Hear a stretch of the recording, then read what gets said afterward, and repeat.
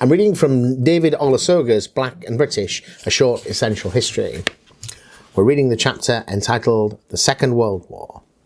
The Second World War, 1939 to 45. The Second World War changed life in Britain dramatically. One of the changes was an enormous rise, for a short time, in the country's black population. At the end of the last war, there were around 20,000 black people living in Britain. By the beginning of June 1944, that number had jumped by more than 6 times to 150,000. There was one clear reason for this. The United States Army had arrived. When Hitler's forces conquered France in 1940, Britain and the other Allied powers had to retreat. By 1942, the USA had joined the Allies in the war, and together they planned to fight back against Hitler in Europe. As part of this, the United States Army, which included the United States Air Force, began to arrive in Britain by May 1942. Around 10% of the soldiers were African American.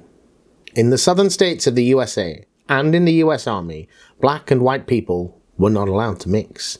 This forced separation by race is known as segregation. When the American troops came to Britain, black and white soldiers would mostly live in separate camps, eat in separate canteens, and spend their free time in separate army clubs.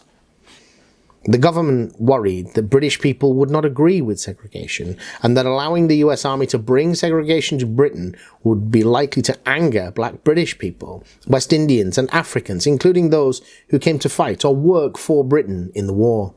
Once they were invited, though, the Americans were free to bring whichever troops they liked, and in their camps, the US Army's rules applied. The US soldiers were known as GIs, the initials often believed to stand for Government Issue, though the name may have come from the Army cleaning buckets, which were stamped GI for galvanized iron. The GIs had come to help Britain win the war, and so the British people welcomed them all. Black GIs often acted differently from white GIs, who got a reputation for being loud and arrogant, and for complaining about the bad food and the poverty they found in Britain. Black GIs were more likely to have experienced poverty back home themselves. Most were also used to being polite to white people for their own safety. Another reason why many British people sided with black GIs was because they thought they were treated unfairly, and they disagreed with this kind of segregation by race. This seemed especially important when the country was fighting a war for freedom and against the extreme racism of the Nazis. The arrival of the US Army gave the British government a difficult choice: upset its American allies by speaking out against segregation, or introduce unpopular and obviously racist laws in Britain. In the end, the government decided it would allow the US Army to segregate its soldiers, but the British authorities would not help them enforce those rules. The advice to British service people was to be as friendly and polite to the black GIs, but also to be careful not to cause problems by mixing too closely with them. It was not a good idea, the guidelines said, for white women to go out with black GIs, and if a British person wanted to invite US soldiers into their home for a friendly visit, they were advised to not invite black and white GIs at the same time. The US government also tried to prepare its white soldiers for adjusting to a country without racial segregation.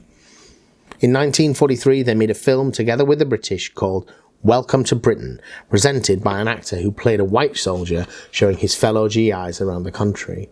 In one scene, an elderly white English woman met a black American soldier, chatted, shook his hand, and asked him to tea. The presenter explained to the audience that though this would be surprising to them, it was normal in Britain. That might not happen at home, he said, but the point is, we're not at home.